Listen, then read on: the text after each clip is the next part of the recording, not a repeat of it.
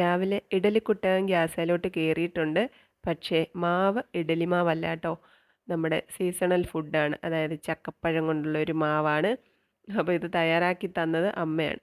അരി അരച്ച് വെച്ചിട്ടുണ്ട് എന്ന് പറഞ്ഞപ്പോൾ ഞാൻ വിചാരിച്ചു കുഞ്ഞിനപ്പം ഉണ്ടാക്കാൻ വേണ്ടിയിട്ടാണെന്നേ.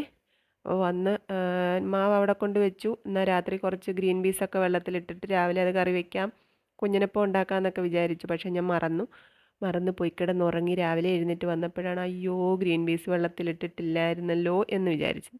എന്നിട്ട് പോയി മാവ് തുറന്ന് നോക്കിയപ്പോഴാണ് നമ്മുടെ കിണ്ണത്തപ്പം ഉണ്ടാക്കാൻ വേണ്ടിയിട്ടുള്ള പരുവത്തിന് ചക്കപ്പഴമൊക്കെ അരിഞ്ഞിട്ട മാവാണെന്നുള്ളത് മനസ്സിലായത്. എന്നാൽ പിന്നെ കുഞ്ഞി കുഞ്ഞി ബൗളിനകത്തോട്ട് കുറച്ച് നെയ്യൊക്കെ ഒഴിച്ച് ഞാൻ മാവൊക്കെ ഒഴിച്ച് റെഡിയാക്കി അങ്ങോട്ട് വെച്ചു. അല്ലറ ചില്ലറ പണികളൊക്കെ ഒതുക്കി ചായയൊക്കെ ഇട്ട് കഴിഞ്ഞപ്പോഴത്തേക്ക് നമ്മുടെ ചക്കയപ്പം റെഡി ആയിട്ടുണ്ടായിരുന്നു. രാവിലെ മധുരം കഴിക്കാനൊന്നും എനിക്ക് ഇത്തിരി മടിയൊക്കെ ഉണ്ടായിരുന്നു, പക്ഷേ ഇത് കഴിച്ചപ്പോൾ സൂപ്പർ ടേസ്റ്റ് ആയിരുന്നു.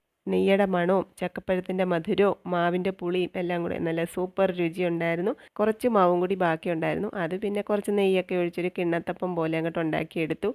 ഇതിങ്ങനെ കഴിക്കണമെന്ന് എനിക്കൊരാഗ്രഹം തോന്നിയത് കൊണ്ട് കഴിച്ചതാണ്. ഇതും അങ്ങനെയൊക്കെ ഉണ്ടാക്കിയാൽ മതി.